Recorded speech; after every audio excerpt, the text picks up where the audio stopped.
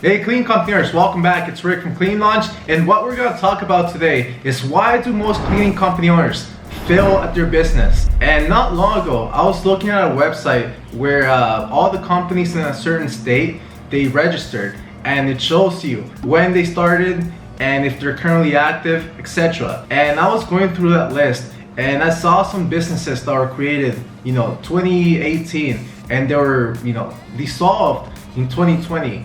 Or they started 2017 and they dissolved a year later, and that's because a lot of people don't make money with their commercial cleaning business. But when you do things right, it does work, because you simply gotta do it right if you want to succeed in the business. And one thing I noticed about the cleaning industry is that there's a lot of people that own a cleaning business, but they still have that 9-to-5 mindset. They're never going to invest in their business. They're not willing to step out of their comfort zone to, take action. They're scared of making money.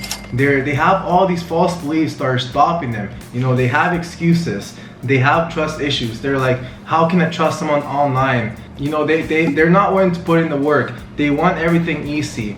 They're window shoppers, all right? They're scared of investing in their business. They're scared of getting professional help growing their business, and they'd rather save a penny to keep playing with pennies. But a wise business person is someone that understands return on investment. If you put $1 in and get 100 out in the span of 2 years, would it be worth it? Of course. So the successful business owners always think of the outcome. Alright, the outcome of working together or the outcome of doing everything yourself and saving a few pennies. Alright, so I don't want to bore you guys, but anyways, let's go back to the 3 reasons why most cleaning company owners fail. Number 1 is they don't have enough commercial cleaning contracts. Alright, if you have 1, 2 commercial contracts and that client cancels, what's gonna happen?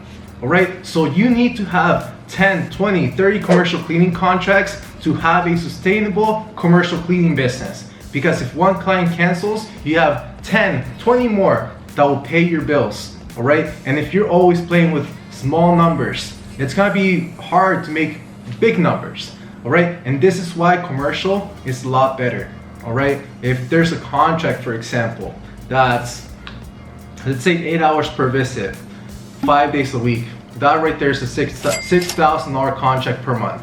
All right, if it's 2 hours per visit, 1 time per week, that right there is a $500 to $600 contract per month, and you pay someone $300 and you collect the remaining of the profits every single month. The average profit that we do and our clients do is 35 to 40%, and we've seen people that only do 20%, and that's really bad.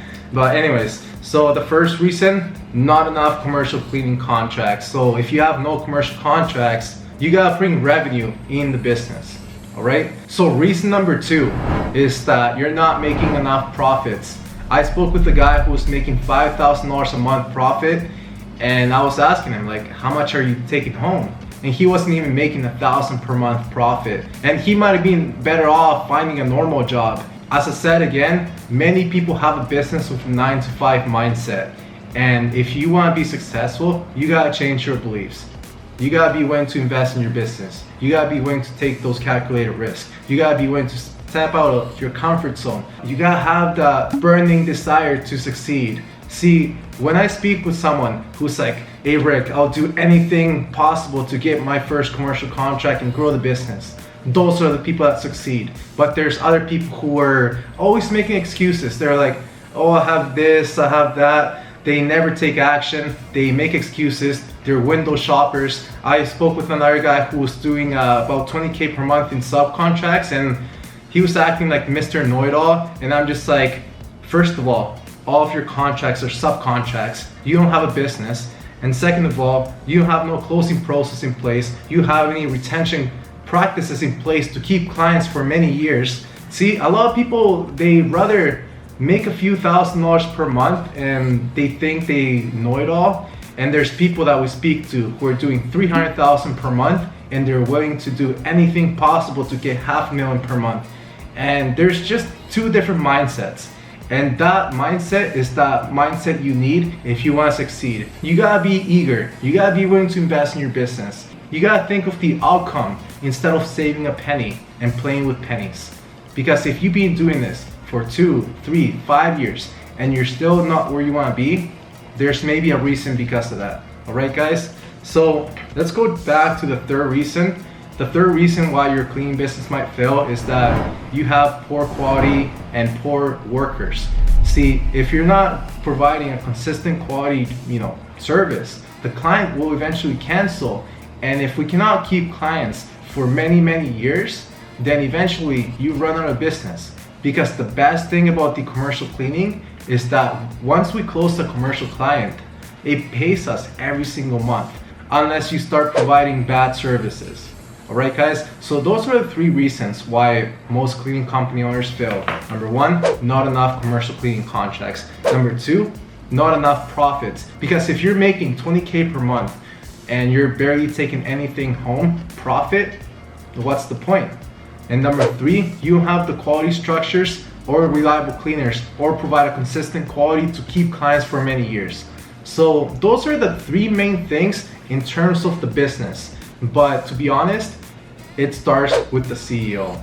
All right, whether a business succeeds or it fails or it becomes a $10 million business, it's all up to the CEO, their traits, their eagerness to grow an empire.